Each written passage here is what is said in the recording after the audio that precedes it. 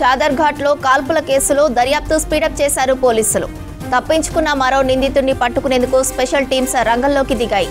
కాల్పుల్లో గాయపడిన rowdy sheeter Ansari ఆరోగ్యం విషమంగా ఉన్నట్లు తెలుస్తోంది.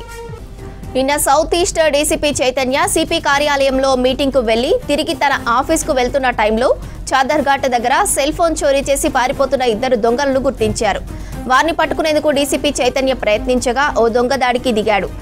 ఈ క్రమంలో డీసీపీ గన్మెన్ కింద పడ్డాడు. వెంటనే డీసీపీ చైతన్య గన్మెన్ వెపన్ తీసుకుని దొంగపై 2 రౌండ్లు కాల్పులు జరిపాడు. దొంగకు చేయి, వెన్నుభాగంలో గాయాలయ్యాయి. తప్పించుకునే క్రమంలో దొంగ భవనంపై నుంచి విక్టరీ మైదానంలోకి దూకాడు. తీవ్ర గాయాలతో కింద పడిన దొంగను పోలీసులు పట్టుకున్నారు. దొంగతో జరిగిన పెరుగులాటలో స్వల్పంగా గాయపడిన డీసీపీ చైతన్యకు మలక్పేట ఆసుపత్రిలో చికిత్స అందించారు. చాదర్ఘాట్లో కాల్పుల కేసులో దర్యాప్తు స్పీడప్ చేశారు పోలీసులు. తప్పించుకున్న మరో నిందితుడిని పట్టుకునేందుకు స్పెషల్ టీమ్స్ రంగంలోకి దిగాయి. కాల్పుల్లో గాయపడిన రౌడీ షీటర్ అన్సారీ ఆరోగ్యం విషమంగా ఉన్నట్లు తెలుస్తోంది. నిన్న south east DCP Chaitanya CP కార్యాలయంలో మీటింగ్కు వెళ్లి తిరిగి తన ఆఫీస్కు వెళ్తున్న టైంలో చాదర్ఘాట్ దగ్గర సెల్ ఫోన్ చోరీ చేసి పారిపోతున్న ఇద్దరు దొంగలను గుర్తించారు. వారిని పట్టుకునేందుకు డీసీపీ చైతన్య ప్రయత్నించగా ఓ దొంగ దాడికి దిగాడు. ఈ క్రమంలో డీసీపీ గన్మెన్ కింద పడ్డారు.